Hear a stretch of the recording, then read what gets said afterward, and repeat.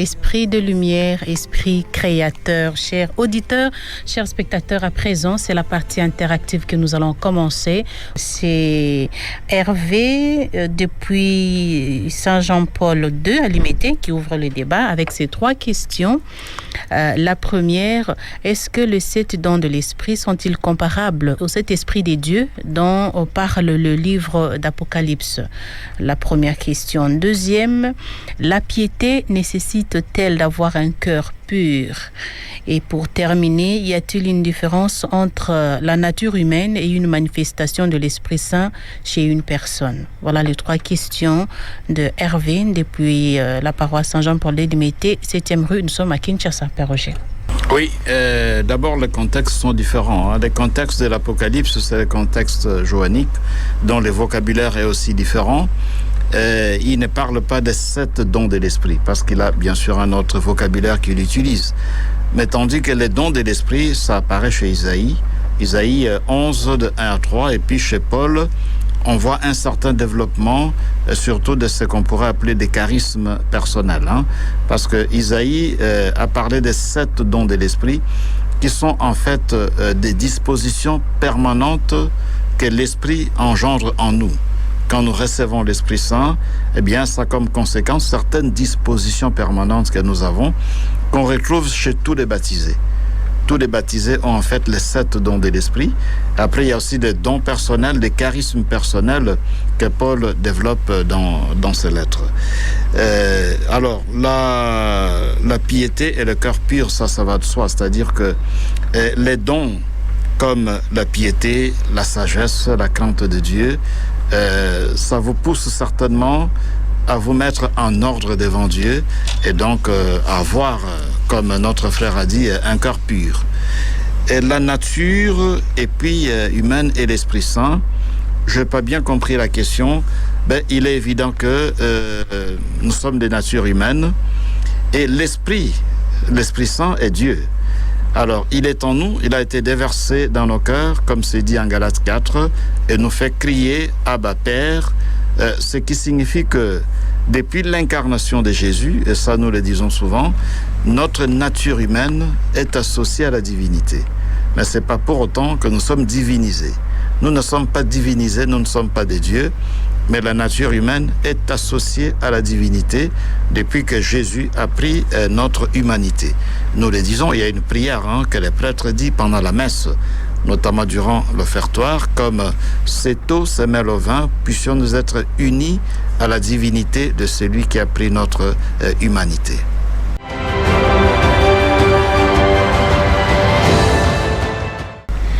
On prend aussi la question de Guy Pascal Sido. Il dit ceci, salut ma radio, est-ce que le don de la force est dans la persévérance?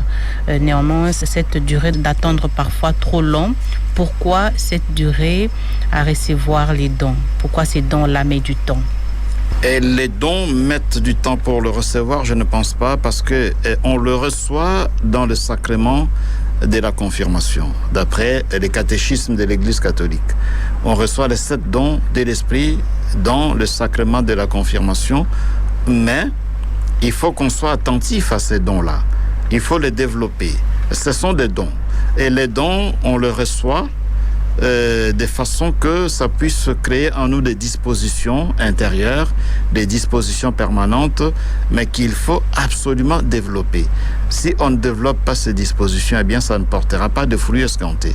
Il y a des fruits de l'esprit, les dons de l'esprit engendrent des fruits de l'esprit, dont Paul parle dans Galates 5, mais pour que les dons fonctionnent, il faut s'appliquer. C'est pour cela que ce qui est important, c'est d'abord de comprendre que signifient ces 7 dons de l'esprit, que signifie chaque don, et puis comment je peux évidemment dans ma vie valoriser les différents dons par rapport aux différentes circonstances dans ma vie.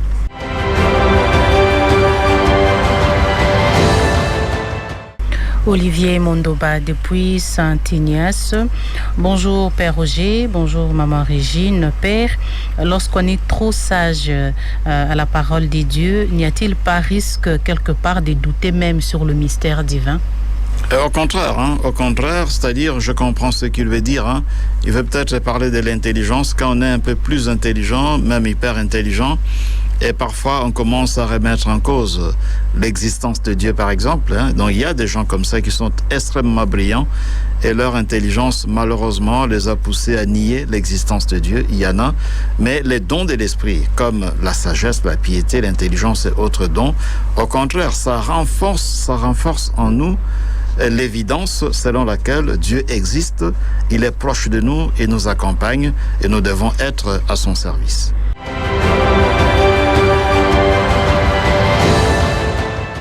Voilà, chers auditeurs, spectateurs, nous parlons des dons de l'Esprit Saint dans Isaïe 11, 1 à 3. Bonjour ma radio, dans Tobie, chapitre 12, verset 15, on parle de 7 anges.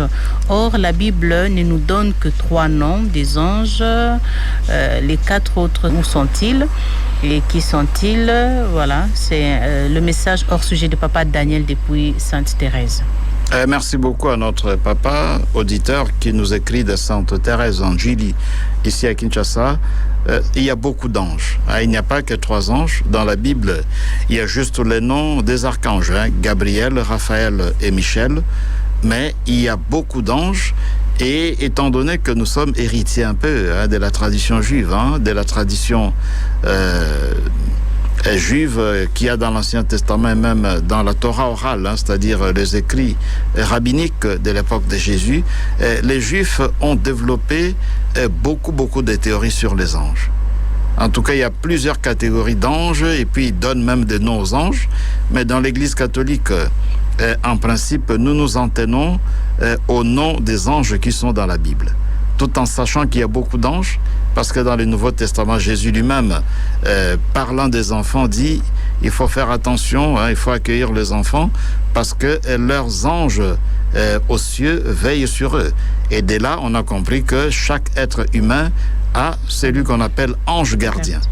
Mais la Bible ne nous a pas donné le nom de nos anges gardiens, ce qui fait qu'on préfère, pour éviter l'amalgame, parce que dans d'autres traditions aussi, dans d'autres croyances, même dans certaines sectes occultes, et ils ont aussi des anges. Ils ont le culte des anges et ils donnent des noms aux anges.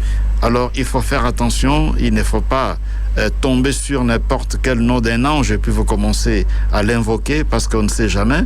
Il faut éviter ça. Il faut s'en tenir au nom des anges qu'il y a dans la Bible. Les anges dont on ne dit pas les noms, c'est mieux ne pas inventer de noms, c'est mieux ne pas aller trouver des noms quelque part et puis vous commencez à les appliquer aux anges qu'il y a dans la Bible. Attention parce que dans certaines sectes occultes, on invoque aussi des anges.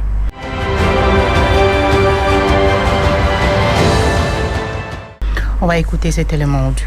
Bonjour la radio, c'est le frère Doucel depuis Brazzaville. Je voulais avoir une différence entre les 7 dons de l'Esprit Saint et puis les fruits de l'Esprit Saint, Galates 5, 22. Merci. Merci à vous. Oui, merci beaucoup. C'est vrai, nous reviendrons sur le fruit de l'Esprit Saint la semaine prochaine parce que le but de cette catéchèse, c'est de vous introduire, de nous introduire à la fête de la Pentecôte que nous allons célébrer dans 3 jours. Et puis après, durant la semaine prochaine, la semaine qui suit la Pentecôte, nous commençons les temps ordinaires dans l'Église catholique, mais en même temps aussi, ce sera pour nous le temps de méditer sur les dons et les fruits de l'Esprit Saint, pour que la fête de la Pentecôte ne soit pas un fait insolite dans nos vies, c'est-à-dire on a célébré la Pentecôte, après on a oublié, mais on voudrait quand même profiter des fruits de cette fête de la Pentecôte en méditant durant la semaine prochaine sur les différents dons de l'Esprit et puis les fruits de l'Esprit. Donc nous reviendrons là-dessus la semaine prochaine.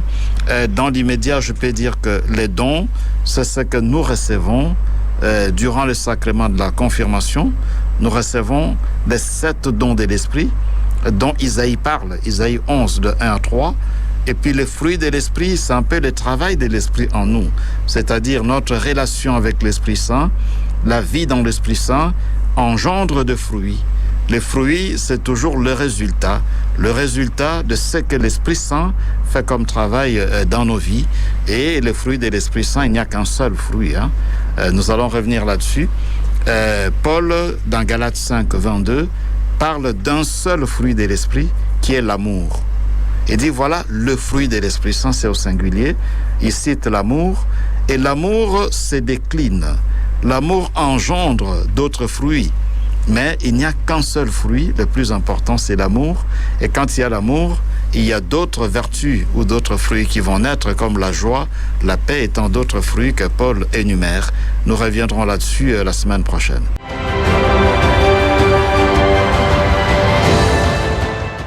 On va continuer à lire les messages. Bonjour mon père. Mon père, si tu vois un homme la nuit qui a l'apparence d'un ange et il te bénit en disant que je te bénis pour ta piété. Mon père, la piété là, est-ce que c'est la piété comme don de l'Esprit Saint ou bien comme attachement? Difficile à répondre parce que je ne connais pas le contexte. Il a vu un homme qui a l'apparence d'un ange. Est-ce que c'est dans un rêve? Est-ce que c'est une vision? Je ne saurais pas répondre parce que je n'ai pas tous les détails possibles. Mais ce qui est important, c'est le discernement. Et le don du conseil, c'est le don du discernement. Le conseil, ça nous permet de savoir ajuster notre comportement, notre jugement, ce que nous devons faire et ce que nous devons éviter, ce que nous devons dire et ce que nous ne devons pas dire. Ça, c'est le don du conseil qui nous permet de vivre tout ça, ce discernement-là. Et donc, la réponse que je donnerai, c'est tout simplement de discerner. Il faut discerner, est-ce que cette vision, ce rêve-là, est-ce que ça vient de Dieu ou bien ça vient d'autre chose?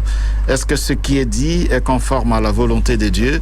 Et là, c'est un travail à faire. Il faut demander à l'Esprit Saint de t'éclairer à travers le don d'intelligence et les dons de conseil, parce que les dons d'intelligence et conseil se recoupent un peu.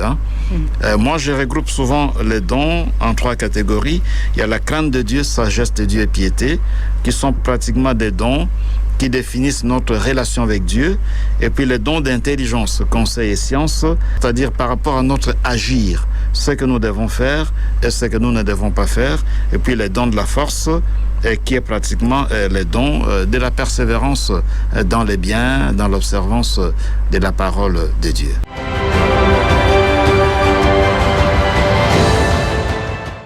Parlons du don de la force. Samson a-t-il reçu cette force de l'Esprit Saint? Non, la force de Samson, c'est une force musculaire. Alors le don de la force que nous donne l'Esprit Saint, ça n'a rien à voir avec la force musculaire, c'est plutôt la force intérieure, la force en termes de persévérance qui nous permet de rester fidèles à notre vocation, fidèles à notre foi, fidèles à notre mission, fidèles à la parole de Dieu. Donc c'est vraiment la force intérieure. La force intérieure ou la persévérance, tandis que Samson avait le don de la force physique, musculaire, pour défendre les Juifs, notamment contre les Philistins.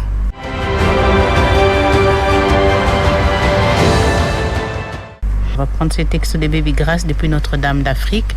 Bonjour Père Roger, bonjour à tous, merci pour la catéchèse. Quelqu'un peut se dire que l'Esprit Saint habite en elle-même ou en lui-même lorsqu'il est en manque de certains dons parmi les 7? Est-ce que celui qui manque quelques dons parmi les 7 peut-il se dire qu'il a l'Esprit Saint en lui? Et deuxième question, comment prier pour réactiver l'Esprit Saint dans notre vie? Et je commence par la deuxième question, comment prier pour réactiver l'Esprit Saint? Il y a beaucoup de prières qui sont disponibles dans des livrets de prières catholiques, même dans des sites catholiques sur Internet. Mais il faut choisir des sites crédibles. Vous trouverez des prières, différentes prières à l'Esprit Saint. Mais n'oubliez pas que au nom du Père et du Fils et du Saint-Esprit, c'est déjà une invocation à ce Dieu qui est trine, c'est-à-dire ce Dieu qui est Père, Fils et Saint-Esprit. Donc quand vous faites le signe de croix, cette petite prière catholique-là comprend aussi en même temps l'invocation de la 3e personne de la Sainte Trinité qui n'est autre que l'Esprit Saint. La première question, c'est par rapport au don de l'Esprit. C'est vrai que nous recevons tous les 7 dons de l'Esprit. Nous les avons tous. Personne ne peut dire que j'en manque un ou deux.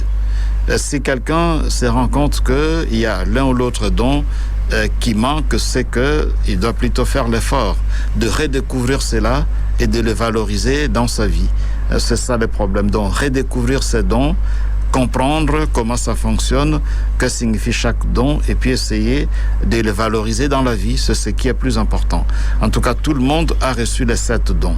C'est ce qu'enseigne les catéchismes de l'Église catholique. Nous avons cité la version abrégée au numéro 389, catéchisme de l'Église catholique. Tandis qu'il y a ce qu'on appelle des charismes personnels, donc des dons spirituels qui sont plus personnels, que l'Esprit donne à qui il veut et comme il veut. Il y en a qui ont peut-être les dons de la guérison, les dons des langues ou tant d'autres dons qui sont des dons personnels que l'Esprit donne à qui il veut. Mais les 7 dons dont nous parlons aujourd'hui sont des dons que l'Esprit Saint a déversés dans chaque chrétien.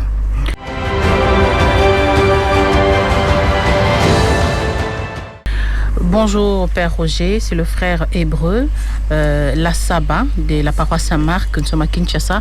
Est-ce que nous pouvons dire que ceux qui n'ont pas reçu la confirmation manquent les dons de l'Esprit Saint? C'est ça. Donc nous enseignons que on reçoit les dons de l'Esprit Saint avec le sacrement de la confirmation. Ça, c'est ce que nous enseignons dans l'Église catholique. Mais je ne peux pas me permettre de dire que tel autre qui n'est pas catholique n'a pas les dons de l'Esprit. Ça, je ne peux pas me permettre parce que ça serait porter un jugement sur les autres. Donc l'Esprit souffle où il veut, mais dans l'enseignement catholique, nous disons que c'est à la confirmation que nous recevons les 7 dons de l'Esprit Saint.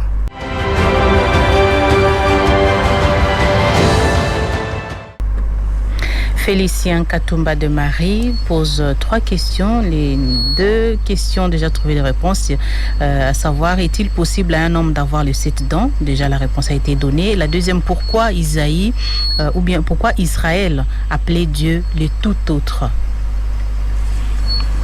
Mais le tout autre, c'est tout à fait différent et je crois même que c'est les dons de la crainte de Dieu qui nous permet de découvrir que Dieu est tout autre. C'est-à-dire qu'il n'est pas comme nous, il est différent de nous, il est tout autre parce qu'il est absolu, diraient les philosophes, il est l'infini, il est vraiment au-dessus de nous, il est aux cieux. Dans le Notre Père, on le dit, Notre Père qui est aux cieux, parce qu'il est tout autre, il est vraiment au-dessus de nous. Il est loin de nous, non pas géographiquement, mais loin de nous de par sa nature, de par ce qu'il est, parce qu'il est Dieu, mais surtout aussi de par ses desseins insondables, de par ses projets qui sont merveilleux et souvent qui confondent les calculs de nous, les humains.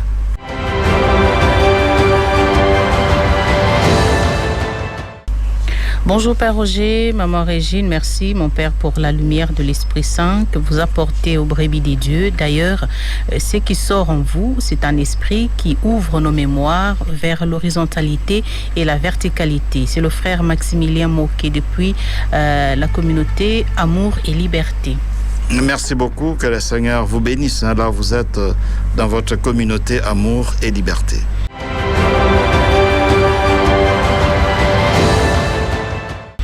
On va auditionner cet élément sonore de Joseph de Maman Marie. Régine, bonjour mon père et merci pour cette très belle catéchèse. Voici ma première question. Pourquoi le rapport entre don de l'esprit et acte liturgique? Je sais que le père n'est pas liturgiste, mais je pose quand même cette question. Pourquoi le rapport entre don de l'esprit et acte liturgique de l'initiation chrétienne fait toujours débat dans le dialogue œcuménique? Ma deuxième question, lorsque le credo dit que Jésus est conçu du Saint-Esprit, est-ce que cela signifie ici que Jésus est le don du Saint-Esprit par excellence? Ou c'est plutôt le contraire, c'est-à-dire c'est le Saint-Esprit qui est les dons donnés par Jésus? Pour terminer, peut-on approfondir les dons de l'Esprit Saint grâce à notre intelligence humaine? Parce que je vois les gens qui vont à l'école faire même la théologie juste pour approfondir les dons de l'Esprit Saint. Merci mon père, pour le moment je m'arrête. Merci Joseph Desmarais qui nous pose ces 3 questions. Merci beaucoup à Joseph Desmarais. La réponse à la première question, dans don de l'esprit, acte liturgique, débat. Dans l'écuménisme, je dois avouer vraiment que je saurais pas, j'ai pas bien saisi la question, le contour de la question. Je l'ignore, je sais pas dans quel sens il parle de débat dans le cadre de l'écuménisme. Est-ce que c'est les débats scientifiques entre les théologiens des différentes confessions religieuses chrétiennes, ou bien les débats populaires, c'est-à-dire des disputes populaires auxquelles on assiste parfois entre catholiques et puis les chrétiens d'autres églises. Donc, je ne sais pas à quel niveau se situe ce débat-là. Et donc, j'ai pas bien saisi le contour de cette question.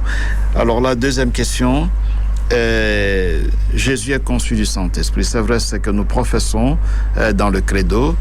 Est-ce que ça signifie qu'il est le don de l'Esprit? Absolument, il est le don de l'Esprit, mais ça, c'est Jésus historique. Jésus historique, c'est le don de l'Esprit.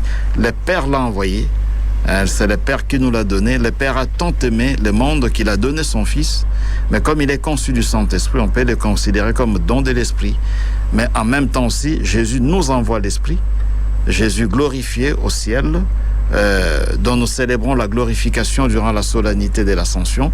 Il monte au ciel pour nous envoyer l'Esprit. Et lui-même le dit dans l'évangile de Jean, je vous enverrai le Paraclet. En Jean 16, il est dit clairement, le Paraclet viendra. Et donc, d'une part, conçu de l'Esprit, Jésus historique. Et don de l'Esprit, j'insiste, Jésus historique, c'est-à-dire Jésus fait homme. Et quand il monte au ciel, il est glorifié. C'est Jésus-là, qui est Fils de Dieu et Dieu, nous envoie alors l'Esprit Saint. Donc, il y a une sorte d'interaction entre Jésus et l'Esprit Saint, interaction entre les différentes personnes de la Sainte Trinité. La dernière question, oui, c'est vrai. En fait, tous ceux qui étudient la théologie, ils ne font qu'approfondir ou développer les dons de l'intelligence. Le don de l'intelligence, c'est un don qui nous permet de bien saisir le mystère de Dieu, de comprendre la parole de Dieu, de comprendre le dessein de Dieu. Ça, c'est le don de l'intelligence. Ça nous permet aussi de distinguer l'erreur de la vérité. Mais il faut développer cela. Surtout si vous pensez que vous avez la vocation d'être pasteur, la vocation de prêcher dans une église, il faut développer ce don de l'intelligence en étudiant la théologie, de façon que ces dons de l'intelligence puissent profiter au peuple de Dieu. Donc c'est vrai que le don de l'intelligence, c'est un don qu'on reçoit, mais il faut absolument développer cela.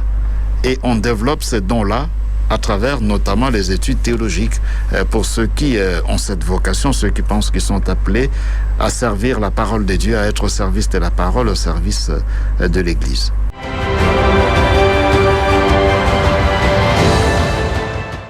On écoute l'élément solaire. Bonjour Maman Régine. Merci pour la catéchèse. Je voulais demander ceci, par rapport au don de l'esprit. Comment personne peut découvrir en elle qu'elle a un don de guérison? Comment? C'est ma première question. Ma deuxième est celle-ci. Je demande, quand on prie, prenons l'exemple chez nous, les charismatiques du renouveau. Quand on prie, peut-être nous sommes ensemble, mais quelqu'un dit la prière d'elle n'est pas de l'Esprit Saint. Comment tu peux comprendre que cette prière ne provient pas de l'Esprit Saint? Parce qu'on dit que tout ce qui nous fait sortir, tout ce que nous sortons de la bouche, c'est l'Esprit Saint qui nous inspire. Bon Père, je vous demande par rapport à ça si vous pouvez nous éclaircir. Merci. Sœur Généreuse depuis Saint-Noé Mawagali. Merci à la sœur Généreuse. Et merci beaucoup à notre sœur Généreuse qui nous écrit depuis Saint-Noé Mawagali ici à Kinshasa. qui nous a posé cette question en audio depuis Kinshasa, Saint-Noé Mawagali. La première question, comment savoir qu'on a les dons de guérison?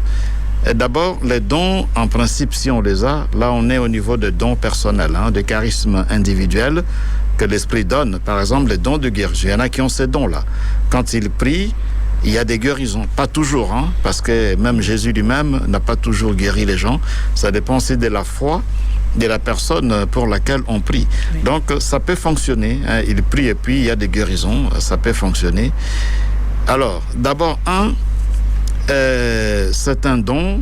Quand c'est un don de l'esprit, on le voit dans la mesure où on sent que la personne est au service. Il veut servir les autres. Il ne veut pas s'enrichir. Là où on fait d'un charisme, entre guillemets, un fonds de commerce, ce n'est plus un don de l'esprit. En principe, c'est toujours, tu as reçu gratuitement, tu donnes gratuitement. Donc, c'est lui qui va vous dire, je vais vous imposer les mains, mais donnez-moi d'abord une somme d'argent. Ça ne vient pas de l'esprit. Il faut tout de suite écarter cela. Ce qui vient de l'esprit, en principe, on le sent dans le service. Donc, la personne veut vraiment servir. Il veut servir et puis il ne falsifie pas. C'est vraiment des guérisons qui sont authentiques. Donc la personne a prié et puis il y a la guérison. C'est qu'il y a une guérison qui est authentique. Et puis il n'en profite pas pour s'enrichir. Vous voyez, dans l'Église catholique, il y a des grands exorcistes. Mais ils ne se sont jamais enrichis. Mais jamais enrichis. Ils ont reçu des offrandes, bien sûr. Et ils ont utilisé ça aussi pour aider les pauvres, mais pas pour s'enrichir, pas pour se faire fortune. Et puis, de deux, il y a aussi l'humilité. Là où quelqu'un travaille en se mettant au service des autres à travers les dons qu'il a reçus de l'esprit, il y a beaucoup d'humilité. Il ne va pas vous dire que j'ai les dons de guérison, mais ce sont les autres qui vont les dire de lui. Donc voilà un peu, sans prétendre à l'exhaustivité, ce que je peux dire par rapport aux dons de guérison, mais à tous les autres dons. Donc si quelqu'un vous sert à partir des dons de l'esprit, des dons que l'esprit lui a donnés, il y a d'abord l'esprit de service. Il veut simplement servir sans se faire fortune. Et de deux, il y a aussi beaucoup d'humilité. Il est vraiment humble, il ne se vante pas de ses dons, il ne va pas vous dire, bon, moi j'ai reçu tel don, moi j'ai ceci. Il est humble, mais ce sont les autres qui disent ça de lui. Ils vont dire, mais celui-là a les dons de la parole, il a les dons de guérison, il a les dons de prophétie, ainsi de suite. Mais lui-même, il ne va pas faire la publicité des dons qu'il a reçus de Dieu. Comment savoir qu'une prière ne vient pas de l'Esprit Saint ? C'est un jugement sévère. Quand quelqu'un prie, vous dites que bon, ça vient pas de l'Esprit Saint.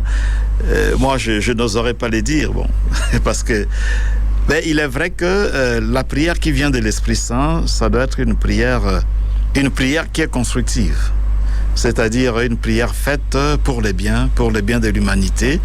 En général, la prière qui vient de l'Esprit Saint nous ouvre aux autres. Comme nous disons souvent, quand vous priez, pour un problème qui vous dérange, priez pour toutes les personnes qui ont le même problème. Vous priez parce que vous êtes malade, vous souffrez, admettons, de Covid-19. Ne priez pas seulement pour vous-même, priez pour tous ceux qui ont la même maladie.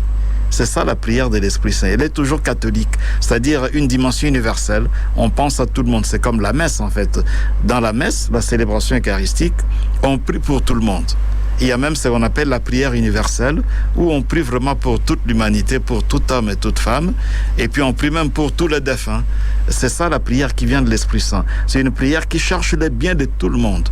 Et ensuite, la prière qui vient de l'Esprit Saint, comme j'ai dit, c'est une prière qui ne vise que le bien de l'autre. De la malédiction, il y en a qui prient pour maudire, ça ne peut pas venir de l'Esprit Saint. Ça, c'est satanique.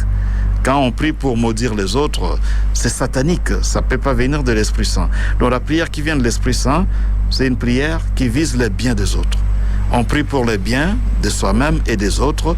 Et puis c'est une prière qui a une dimension catholique, c'est-à-dire universelle. On prie pour tout le monde.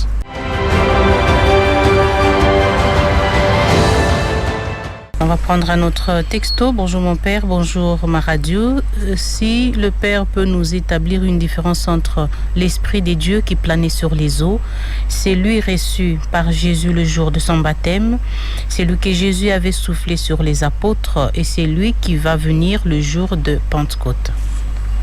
C'est le même esprit, aux fonctions différentes. Le même esprit, c'est-à-dire l'esprit qui plane sur les eaux, c'est l'Esprit de Dieu qui plane sur les eaux. Ça montre déjà que au début, depuis toujours, donc Dieu est esprit. Il est esprit depuis toujours. Et il y en a même qui vont un peu plus loin, c'est pas la vie de tout le monde. Il y en a qui pensent déjà que le mystère de la Sainte Trinité, un seul Dieu, 3 personnes divines, apparaît déjà dans les premiers chapitres de la Genèse. Donc, il y a ce qu'on appelle en hébreu les Tohu. Tohu, c'est les chaos primitifs dont parle Genèse 1.1. Et l'Esprit de Dieu plane sur les eaux. Et à un certain moment, en Genèse 1.26, Dieu dit « Faisons l'homme à notre image ». Donc là, c'est Jésus et le Père. Parce que la sagesse le dira que la parole, Dieu a créé le monde par la parole. Et la parole, c'est le Fils. Il a créé le monde avec le Fils. Et si, au début de la création, l'Esprit planait sur les eaux, donc on voit déjà la Sainte Trinité, selon certains, mais c'est un point de vue qui n'est pas partagé par beaucoup d'autres théologiens, ça je le sais. Alors cet esprit-là, c'est l'Esprit de Dieu qui existe depuis toujours. Ça montre un peu la dimension éternelle de Dieu. L'esprit de la Pentecôte, c'est l'esprit missionnaire. L'esprit qui ouvre les portes, qui brise les barrières, qui surmonte les frontières pour aller vers les autres. Parce que ce qui est typique de la Pentecôte, c'est que les apôtres commencent à parler en langue que comprenaient leurs auditeurs. C'est-à-dire, ils ont reçu les dons de la xénoglossie. Parce qu'il y a 2 dons des langues, nous allons revenir là-dessus la semaine prochaine. L'Esprit Saint donne 2 dons des langues, la glossolalie, c'est-à-dire parler la langue de l'Esprit Saint, ce qui nécessite des interprètes, et puis la xénoglossie, le don de parler des langues étrangères, et là on n'a pas besoin d'interprète parce que l'auditeur vous comprend dans sa propre langue. Et le phénomène des actes 2, c'est la xénoglossie, parce que les auditeurs, ceux qui sont présents les jours de la Pentecôte, n'ont pas besoin d'interprètes.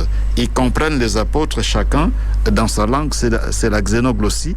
Ça montre que l'esprit de la Pentecôte a comme caractéristique l'esprit missionnaire. Et quand Jésus apparaît à ses apôtres, notamment en Jean 20, il souffle sur eux et dit « Recevez l'esprit ». C'est l'esprit de réconfort, parce qu'ils sont abattus par la disparition de Jésus, ils sont un peu déboussolés, et donc il leur donne le paraclet, le consolateur. Donc l'esprit joue plusieurs fonctions. C'est ainsi que la question posée est pertinente. Il est esprit missionnaire, notamment le jour de la Pentecôte. Il est le paraclet qui renforce les convictions religieuses de chacun de nous quand nous sommes abattus, en nous donnant notamment les dons de la force ou de la persévérance. C'est ce qui apparaît notamment en Jean 20, quand Jésus souffle sur ses apôtres pour leur donner l'Esprit Saint.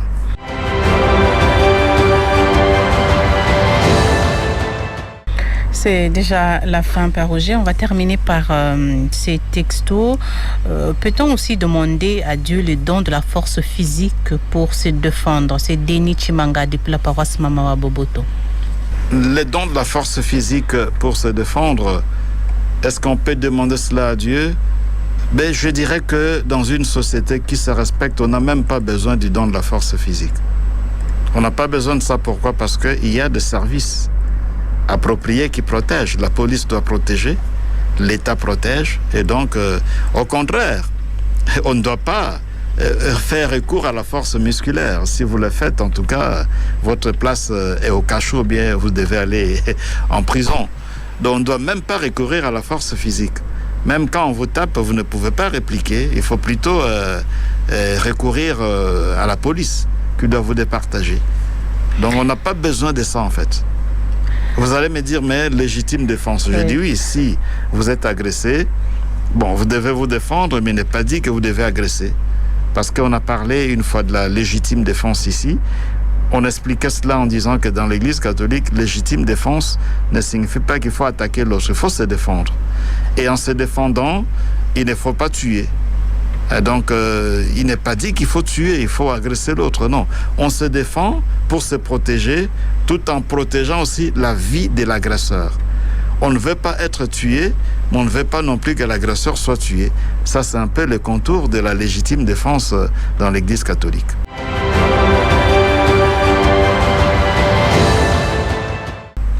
Merci beaucoup, Père Roger. On s'arrête ici pour aujourd'hui. Un dernier mot aux auditeurs, du moins pour cette partie. Merci beaucoup à tous ceux qui nous ont suivis. Nous rappelons que nous sommes disponibles sur YouTube, Télévision Radio Maria RDC. qui a déjà un bon nombre d'abonnés. Je viens de consulter là, les nombres ne fait qu'augmenter.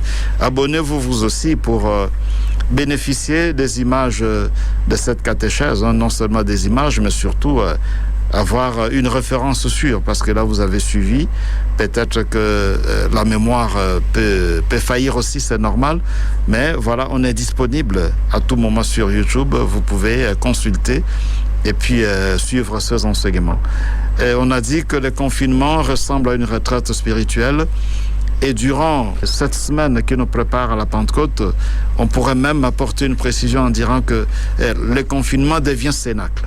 Là où vous êtes en confinement, sachez que vous faites l'expérience du cénacle.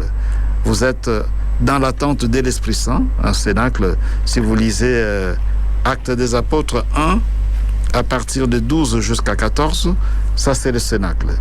Les apôtres sont réunis au cénacle pour attendre l'Esprit Saint avec la Vierge Marie, la mère de Jésus.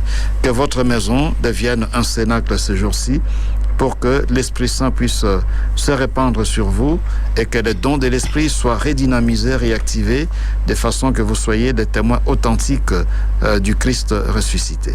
Merci pour ce mot de la fin. Merci à vous, chers spectateurs, chers auditeurs, chers internautes, de nous avoir suivis.